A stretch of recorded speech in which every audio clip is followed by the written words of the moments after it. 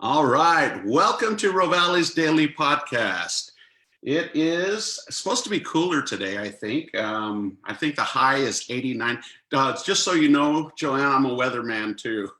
Oh, awesome. Anyway, it looks like it's going to be another beautiful day. I see some high clouds out there. And we have a very, very special guest. I'm excited about this podcast because we have somebody that we've been friends for a long time, and I can't wait to introduce her. But first, we have to have a cheer. So toast with me, won't you? Cheers. All right. Well, welcome to Rovali's Daily Podcast. Today we have Joanne. And Joanne, remind me of your last name because I'm horrible. Williams.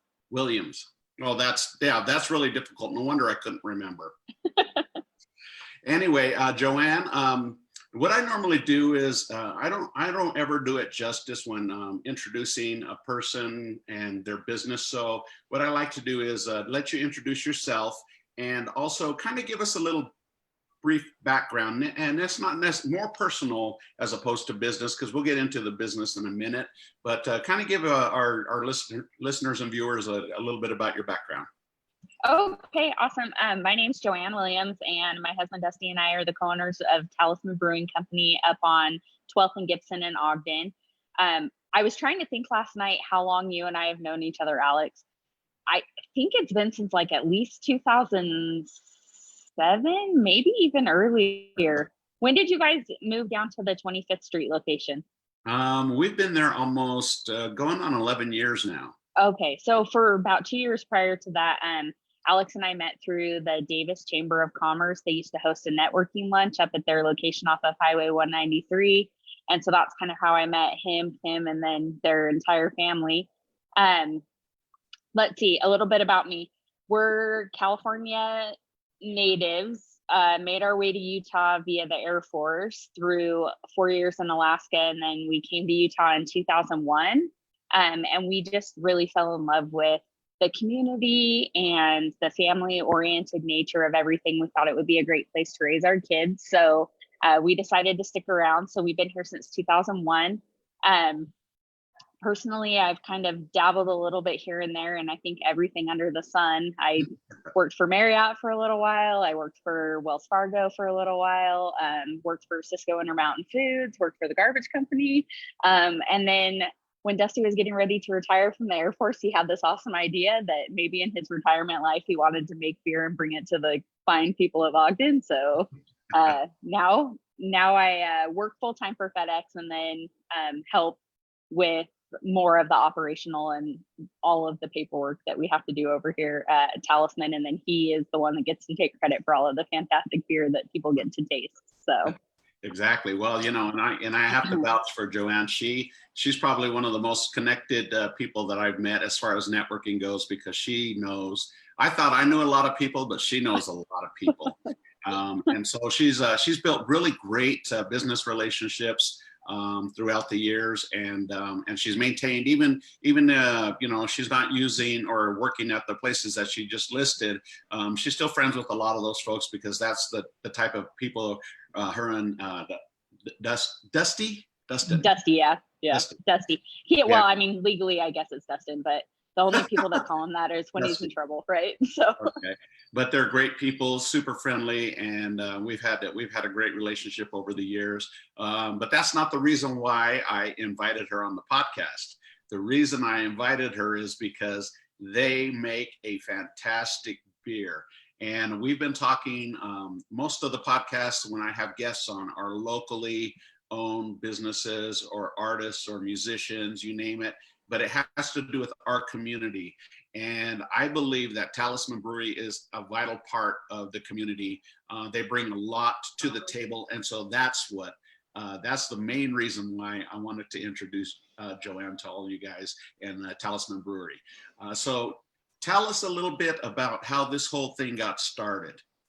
oh gosh, I always tell people that this is like a habit that's either gone really right or really wrong. And I think it just depends on what day you catch me on. So a few years back, Dusty went on a TDY, which is a temporary duty assignment for the military. And one of the guys that he was on this assignment with, he homebrewed. And Dusty was kind of like, you know, interested a little bit, but this guy hyped him up on the trip. And so when they came back, he was like, hey, I want to really get into home brewing. So for our anniversary that year, I bought him like the setup to get started, you know, and like a little extract kit to start brewing with. And he started making beer at home.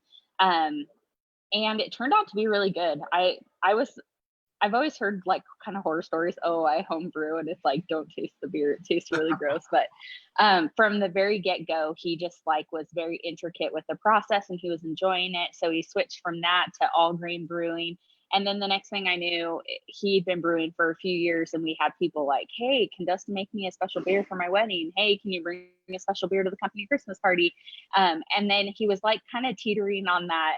There's a certain amount of beer that you can brew legally per person who's old enough to consume in your household, and he was like teetering on that edge.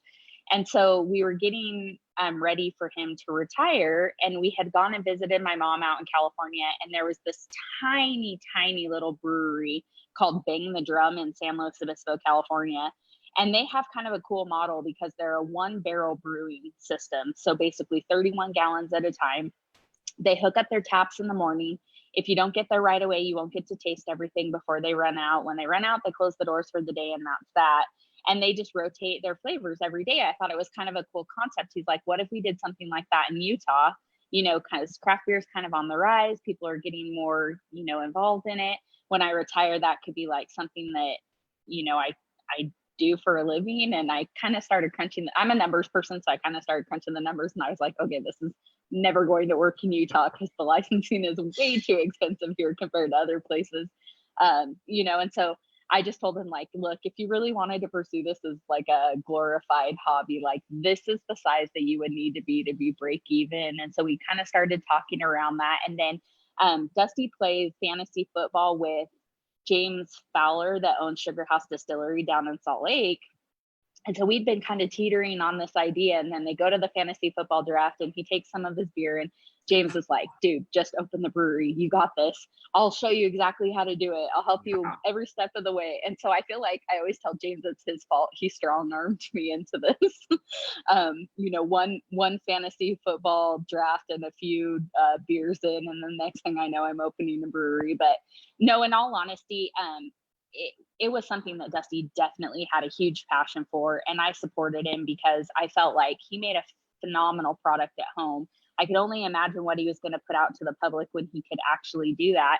But in all honesty, I didn't really know that we'd ever be able to get to this point because we'd never had neither one of us had any commercial experience in this type of an industry. So we just put one foot in front of the other and set up a business plan. And, you know, my background in kind of sales and marketing and the finance side of things really helped us to like be pretty good at capturing what that would look like on paper that made it attractive enough for the SBA to be like, sure, we'll take a chance on these guys and let them open a brewery. And that was a little over 5 years ago. And we opened our doors about 4.5 years ago. And we've been pumping out beer here in Ogden ever since. Now, you know, just for our viewers, you know, I did a podcast a day or two ago, and it was about business and what it takes to do a business. What would you say was the hardest thing as you were putting all this stuff together and getting ready to open your doors, or maybe even after you open your doors? What was the hardest thing that you had to go through that you had to overcome? I would say 3 things in particular. The first part was the licensing. So anybody that opens a commercial brewery, you have to have your building space and you have to have your equipment before you can even apply for your federal license. And so that's a pretty big capital investment up front. Outside of that, the licensing process can take anywhere from 30 days to 9, 10, 11 months. I think it just depends. And we kind of were applying for our license at a time when craft breweries were on the rise across the United States. And so there was a lot of licensing processing going on. They want like a blood sample, your firstborn, the deed to your house, like the whole 9 yards. So we had put in our application right at the 1st of June, and after the week after Thanksgiving, we still hadn't heard anything from it. So we actually had to get a senator involved to help write a letter to the TTB to push it through the process, because I mean, obviously Dusty was military. He's got a very, very clean background. The background check is typically the longest part, but not even a parking ticket to his name. Like, we were really baffled that it was taking so long. But even that, you still had invested in the hardware. Everything is there, right? We were making payments on all of it for all those months, like 5-6 months. Yeah. And so we, reached out and they helped us write a letter. And the holdup was that we had missed a measurement. So they make you take a measurement, and we were off by like 3.5 inches to the building spec that had been filed when this building was permitted. And it was like 3.5 inches on the north exit door. I don't know. It was like something ridiculous. So they just like let us amend the drawings. And then a month later we had our license. But that process where you're kind of like waiting was a huge challenge for us, because you're making the payments, you've made this investment, you're all in, but the federal government hasn't said that they're all in on letting you move forward. And so it's kind of like that stopping point. So I would say once we opened, the learning curve, you think that you know all that you need to know about how to make it happen, but the learning curve is like straight up, right? In year 4, I feel like it's finally like a little bit like this, but for the first like 3 years, it's straight up, and it's everything as you're getting ready to expand. Your product's doing really well, and now it's in the grocery stores, and now you've got people that can come in and buy it from you. At the brewery, we have a beer store, so you can come in and buy beer. And then in year 2, we decided to open a tavern, and so now we have a small like 30 to 40 seat place where people can come and enjoy a beer at the brewery. But it's like every layer that you put into it creates a new learning curve. And so I kind of finally feel like we're cresting that, and it's become a little bit more solid. And I would definitely say the third challenge, and this actually, I can honestly say you and Kim really helped us with some advice. We had come in, I think it was in the first year of having the brewery, we'd come in to grab a bite to eat. And it's hard to have your life partner become your business partner, because everything's kind of commingled. And I really had in my mind that I wanted it to be compartmentalized. So when we're at the brewery, it's brewery time, and when we're at home, it's family time. And I think it was you that said, that's never going to happen. Give up on that dream, because everything's going to be jumbled all together, and you just have to kind of learn. And then you guys had said you keep Sundays for the family. And so we kind of focused on that. It's like, Sundays is the day where we just focus on the health of the family. We get together. There's no work talk. But outside of that, it's game on from the time your eyes open to the time your eyes shut, right? So that's, I would say, the 3 things that have been the biggest challenges for us. Well, and I appreciate thank you for saying that. That makes me feel good, because we had to learn too, and I always do this as a gesture when I talk about that, and that is this: your business, because your business is your lifeline. When you own your own business, it's not just simply, okay, I go to work, get a paycheck, and come home. When you own your own business, you're constantly, especially you're kind of in the same role as I am as well, marketing and thinking of ideas and how to get people to see you and notice you, and more importantly, to consume your product.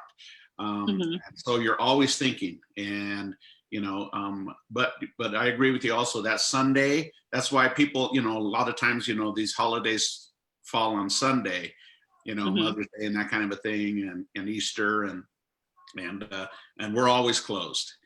Sometimes while you can make a lot of money if you are open that day, but that day is so important because you're always working. Yeah. No, and I totally agree. When we first opened the tavern, we opened on Sundays as well. And I think that Sunday openings for a beer tavern was something that, Ogden wasn't really quite ready for when we did it, to be able to just come have a beer, no food required, anything like that.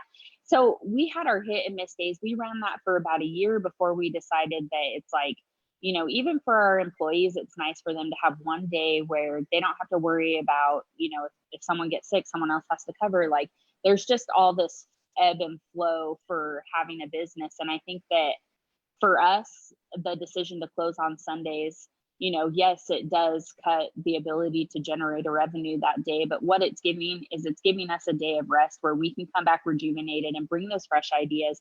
And, it's a lot of physical work for my brewing crew in the back, Dusty, and coincidentally, our other brewer's name is Alex. And then Hayden and Jake helping out back there too. It's a very physically intensive process. So the fact that they can just take Sunday, if they have overflow from the week, they pick that up on Saturday, but they can take Sunday and just kind of rest or rejuvenate, come back and just grind all over again the next week. So now on the flip side of that, tell us, what's been the most rewarding aspect of your business to this point, to today? I would say, and this really has hit home in the last month or two, especially, is just the ability to be involved in the community. So when we started this place, we're not in this for the money. We're in this for the love of what we do. And we had this conceptual idea that we wanted to provide a space for people that they could come and gather together and no one would ever feel out of place. I think that there's kind of a stigma around the nation of craft beer, and for some people it can be intimidating. And so we really designed it to have something for every palate right from the get-go, and to attract pretty much just all people across the community and bring them together over a beer. And we have a group now that's been coming in pretty regularly, and then they started as individuals that came in regularly. And then Friday night, or I think it was Saturday actually, I had taken a dump run for Dusty of a bunch of leaves and stuff in the backyard. I have lots of battle wounds from pulling those out on my own, but so I was tree trimmings and stuff, and then I had my daughter Taylor with me, and we drove over here because we were going to barbecue. We wanted to grab some beer to go with dinner. And so we stopped in to pick it up, and we have a big picnic table in the tavern. And I saw at least 4 of those people that used to come in individually sitting together at the table, having beer together, laughing, having a good time. And it's that's the most rewarding thing, is because beer brings people together. It's, a common ground for people who maybe don't have a lot in common. Maybe they're from different walks of life. Maybe they have different political views, whatever that is. Beer brings people together, and to see those happy smiling faces just gathered around a table laughing and having a good time, that to me was the ultimate reward, because that's the exact environment that we were striving to create when we opened Talisman. Well, it's interesting because that's exactly why we do what we do as well, because I always tell people, and I probably told you too, and that is, having a meal together when people come and dine at Rovali's is kind of an intimate type of a thing, and to break bread with someone is kind of a special thing. And that's how we look at it, is the overall experience of dining and sharing and breaking bread, right? And it's the same thing, you said it perfectly. It's the same thing with sharing a beer, and some people say, well, I don't drink beer. Okay, well, that's fine. But, but there's a lot of people that do drink beer, and yeah. It's a time to celebrate, even if it's not a big, concocted celebration type thing. It's just to celebrate, hey, we can share a laugh together, like you said. And I think that's really important. So that's a great point on Talisman. Yeah. And I think that for us too, it's we want to create that environment where people can come and they're going to be remembered. So it's like how I feel when I come to Rovali's. You guys know me, you say hi, you ask how things are going, you ask about the kids. It's those types of relationships are what we're trying to develop with our customers. If you've been in more than once, chances are we're going to remember you. At least, I'm not always a name person, but a face for sure I'm going to remember. And, we'll get up front. Yeah, exactly. We'll get up front, and come out and mingle with customers. And really, it's kind of weird sometimes because we're just like normal people, but you come in here and it's oh, that's the owner. And it's not yeah, what's up, man? Have a beer. Cool. How are you enjoying it? It's not a thing, I guess, that we think of, But from a customer's perspective, sometimes it is like cool for them to see, like you do. You go around on Friday and Saturday nights greeting all the tables, saying hi. I mean, it just that personalized touch. We're invested in this, and we want our customers to know that we care about them individually, and that we're so grateful and so thankful for all the support that they've given us, especially in the tough times that we've had the last couple of months. Business has been busier than ever, with people just pouring in love for us. So I know that on the bar and restaurant side, it's been a little bit slower. So for you guys, I'm sure that it's been slow. For us, it's been slow on the distribution side. But in-house, it's like people know that they can come in this uncertain time, and that they're going to get a friendly, smiling face. And they're going to walk away with a warm fuzzy, and that's really what we are trying to do. Yeah, and I 100% agree with you. I think you're making me feel good. Yeah. Well, I guess I never really realized, like, just because I followed like the way that you interact with your customers and stuff, I don't know, maybe you set that example for me. It's just been a good solid, when you have a positive customer service experience someplace, or a positive interaction, you're likely to go back, and we don't want anybody to have a bad experience at Talisman. So yeah.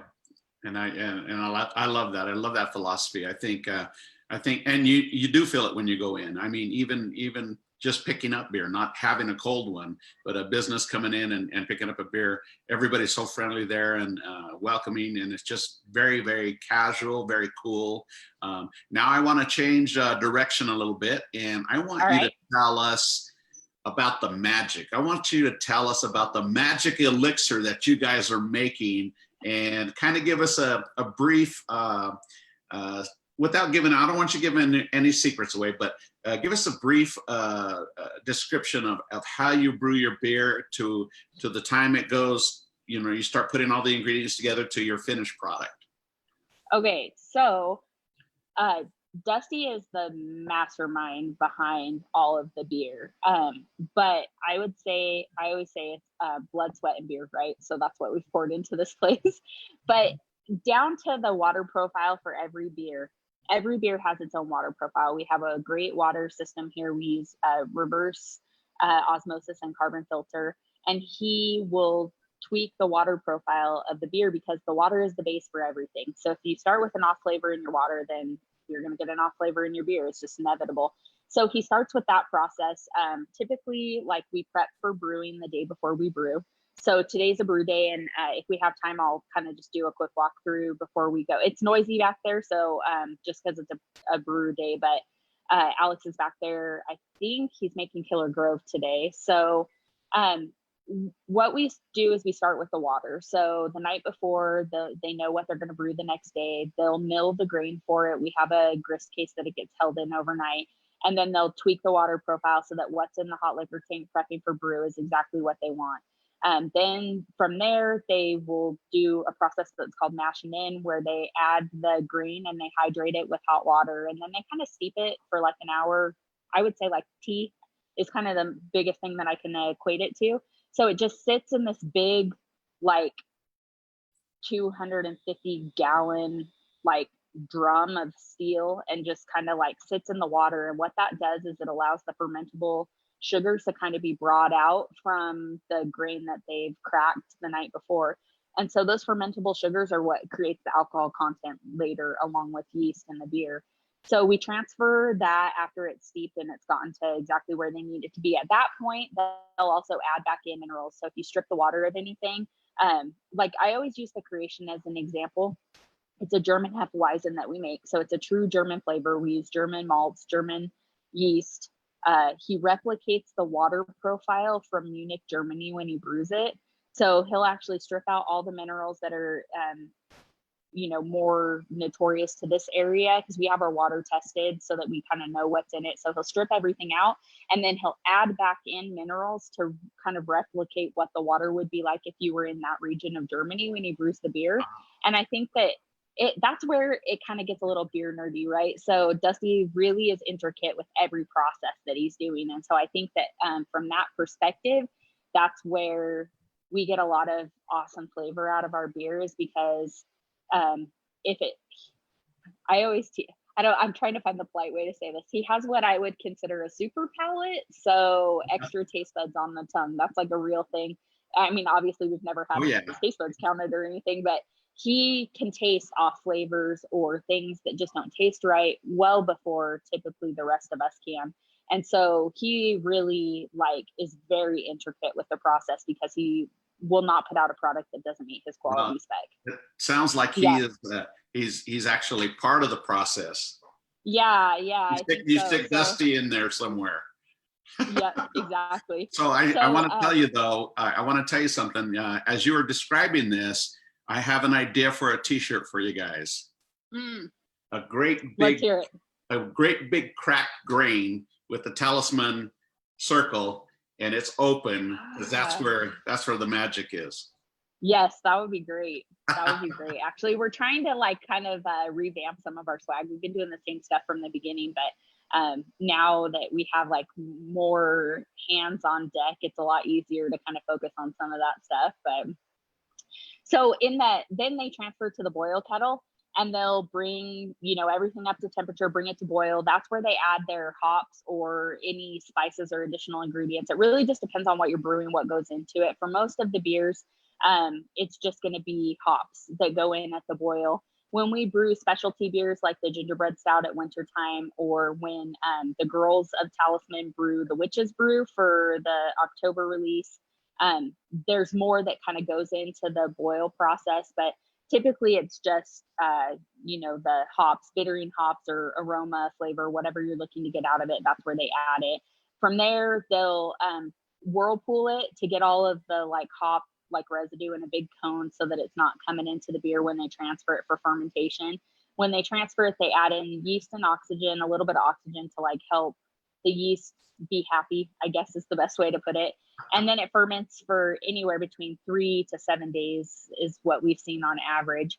And then from there in the tank, they'll do anything secondary to it. So like for Killer Grove, we add a pure blood orange concentrate to it. So it's like they take the blood orange, we get it preservative free from a company called Perfect Puree out of Napa, and we get it frozen. So they basically do all the legwork of the fruit for us so that we don't have that labor intensive process and send it to us. So that gets added. And then for like IPAs and stuff, I know you're a big fan of the Dagda. So I'll use the Dagda as an example. They'll do like the dry hop schedule once it's done fermenting. So they basically load it up with more hops that they essentially put in a big muslin bag and let it get into and sometimes they don't use the bag, but they'll just put the hops into the beer. And that adds additional flavor and profile to the IPAs. Before we transfer it to where we carbonate it, we'll pull off anything, you know, like cocoa nibs in the Utter Chaos. We use those from Ritual Chocolate up in Park City, but we'll pull those off and then transfer the beer, carbonate it, and then it either goes into bottles or kegs from there.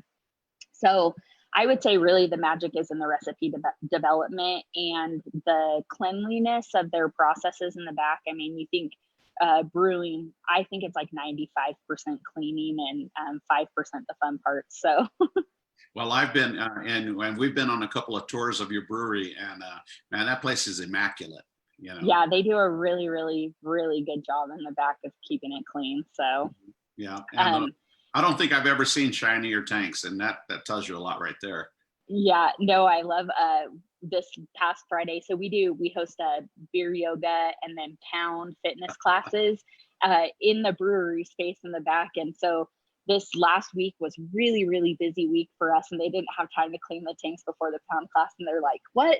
We can't clean the tanks, trash. This is ridiculous. Like, no time." I'm like, "Sorry guys, like we still have to host the class because we already advertised it." So That's funny. it's good. And so tell us what kind of, I know you change flavors depending on the season and so forth, but kind of overall in a generalized generalization, how many different beer flavors do you have?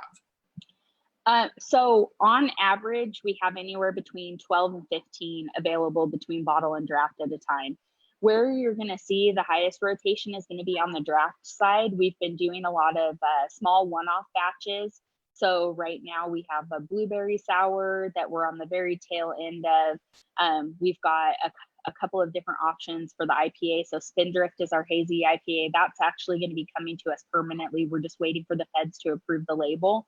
And then we've got Adventures in IPA, which is like a rotating IPA series that we do, where every, I don't know, like at least once a quarter is what we've been aiming for. We brew a different type of IPA using different hops in that Adventures in IPA label. And sometimes we'll have it draft bottles or cans to go.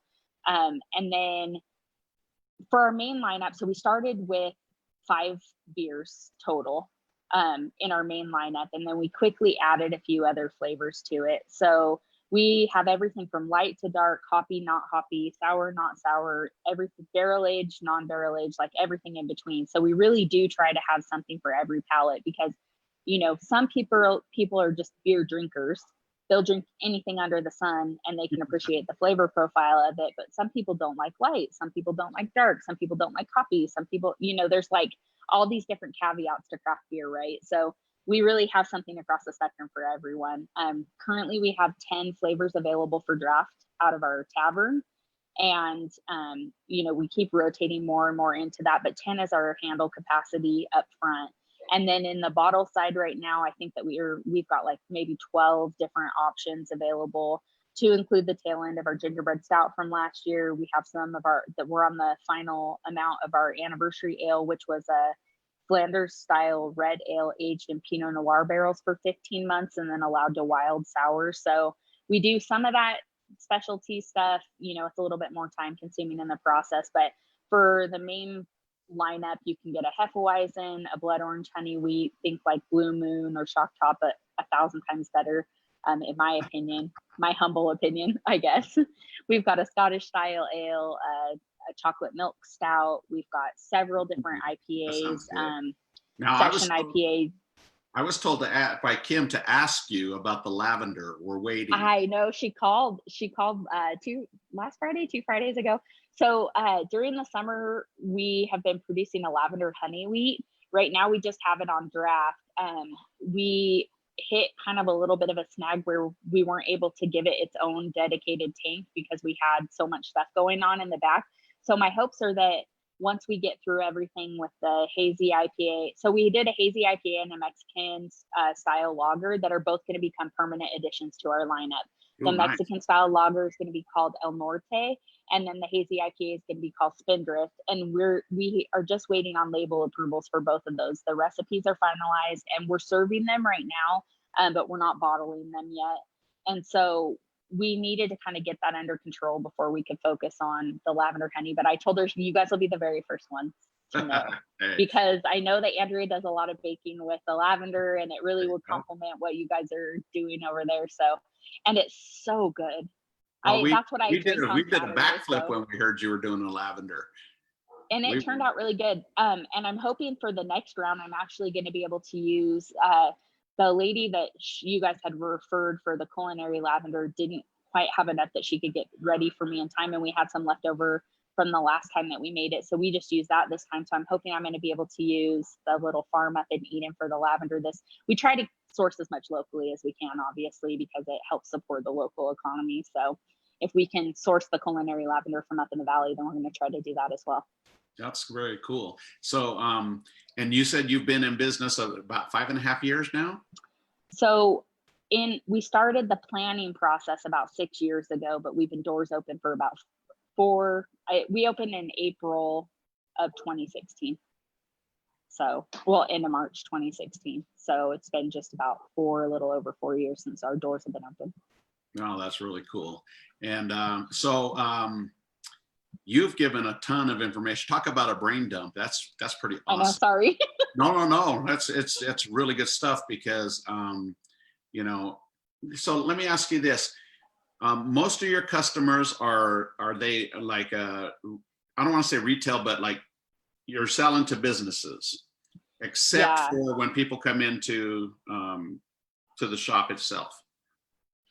So we do a split between distribution and then in-house. So the Utah laws are like a little particular with how we can sell our beer. And that's why we've opened up the ability for people want to come and taste your product before they can buy it. So that's why we opened the tavern, was to give people an opportunity to come in and have one of our beers without the obligation of having to buy food. We do food trucks and stuff sometimes on Friday nights just to accommodate the people that want to stay and drink a little longer and aren't necessarily looking to go to a big sit down restaurant.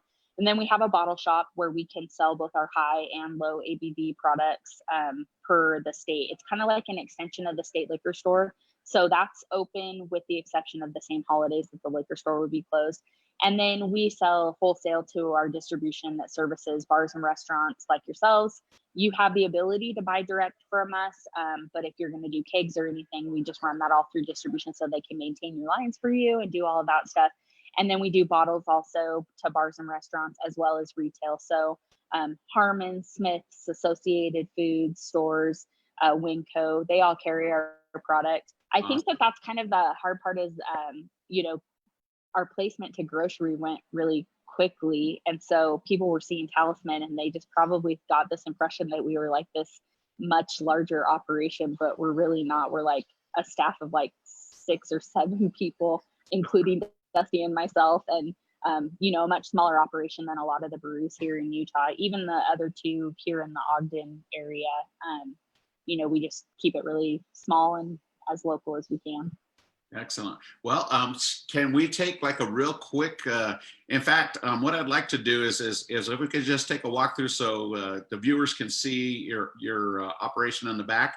But I think if you wouldn't mind, I'd like to maybe do a part 2 to this and have a little more time in the back, just because I think people would be fascinated by it and to see, you know, and understand not only your commitment to the community, your commitment to the art of making beer, because it really is an art. I mean, everything that you just described has to be in such a way, you know, including and kind of ending with Dusty's palette of, okay, yes, this is correct. This is correct. No, that's not right. We got to tweak this, do all that stuff. I think that's, you know, I think it makes for a really good part 2. Oh no, and I would love that too, because I think that you know, a lot of what we want to do is get the brewers out and their faces out. Dusty doesn't like to be the face of Talisman necessarily, but you know, the more that people see them and can kind of resonate with what they're doing in their processes, they'd probably be all in on that too. So can we do that? Can we do that then? Oh, 100%. You just let me know when. We'll be happy to. Okay. So I'm going to just kind of like probably flip you guys around if that's cool. And I'll talk so that I'll give like a little virtual tour. So we'll start in the tavern and then I'll kind of walk you through the process in the back. So I'm going to just flip my screen here. So I've got the shade down right now, but basically this is our tavern space. All the chairs are up because we don't open until 3 today, but we've just got like some social distance approved seating right now. And then, you know, we keep like a little chalkboard with all of the beers that are available. We used to have a girl that was phenomenal at chalk art. I'm less phenomenal, but I get the job done, I guess you could say. And then just like our little taps and what we've got going on.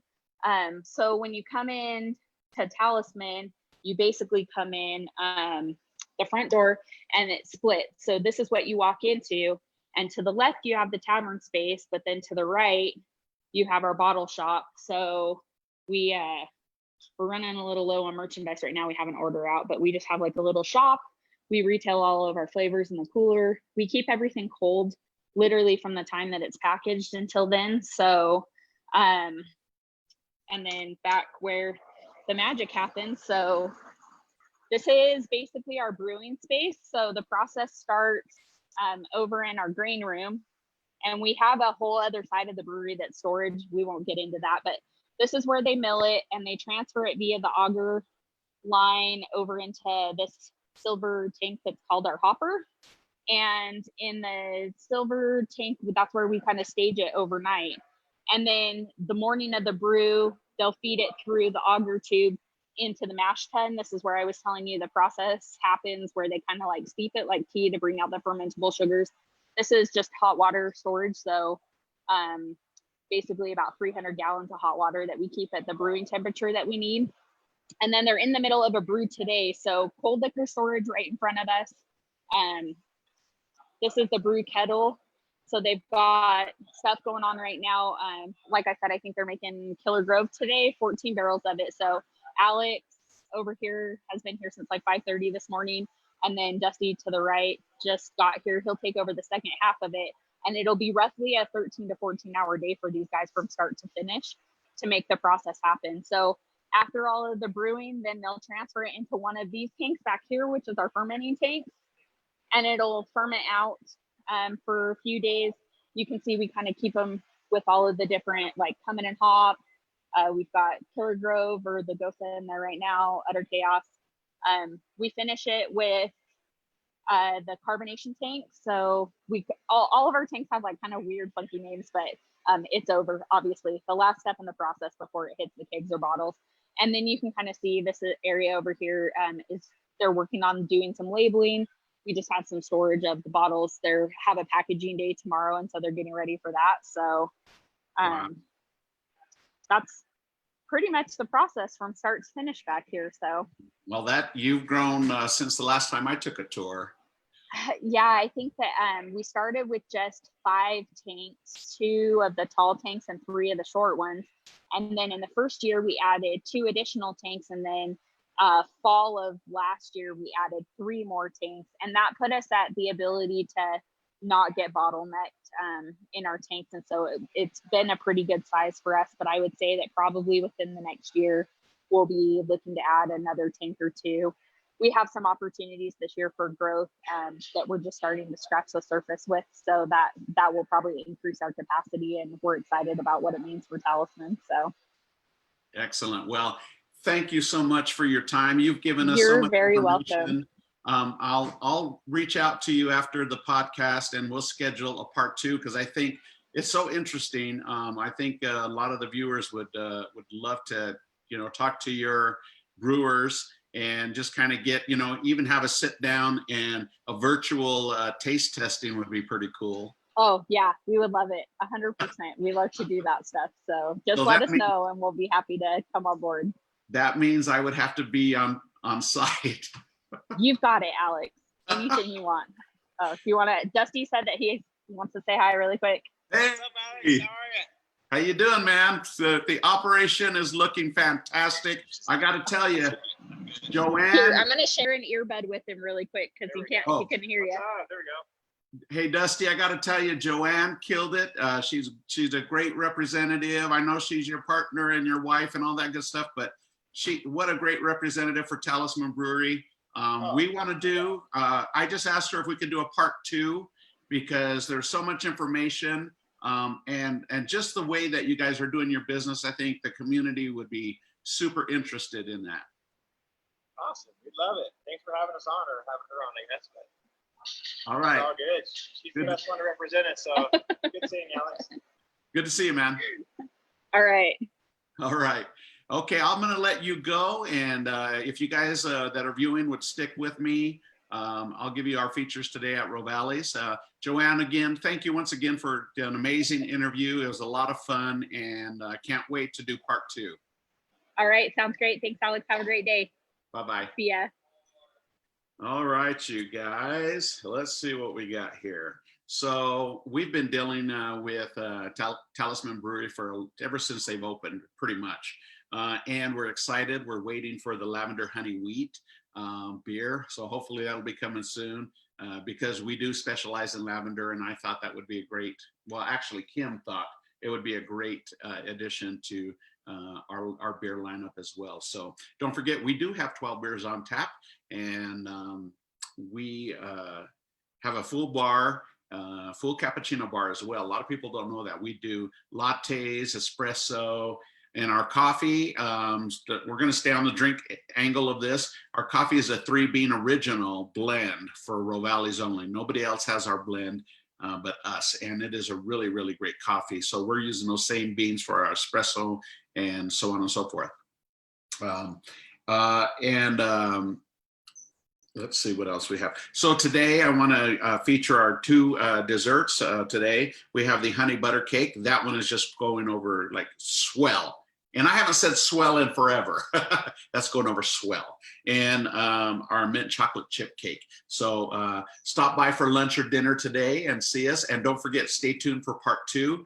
I will work it out with Joanne, and we'll get to talk to the brewers and get some insight on Talisman Brewery. So once again, thank you to Talisman for an incredible interview, and we look forward to. Oh, and we got another great interview tomorrow with Paul Mitchell School. I think it's the School of Beauty, but we'll be talking with them tomorrow morning at 9 a.m. So don't forget, stop by for lunch or dinner today. You can get curbside takeout. We're still doing that. It's fantastic. And you can find us at rovalis.com, rovalis.com, or you can call us at 801-394-1070. And what a great time. What a great day. Thank you guys for watching. We'll see you on the flip side. Ciao for now. Whoop.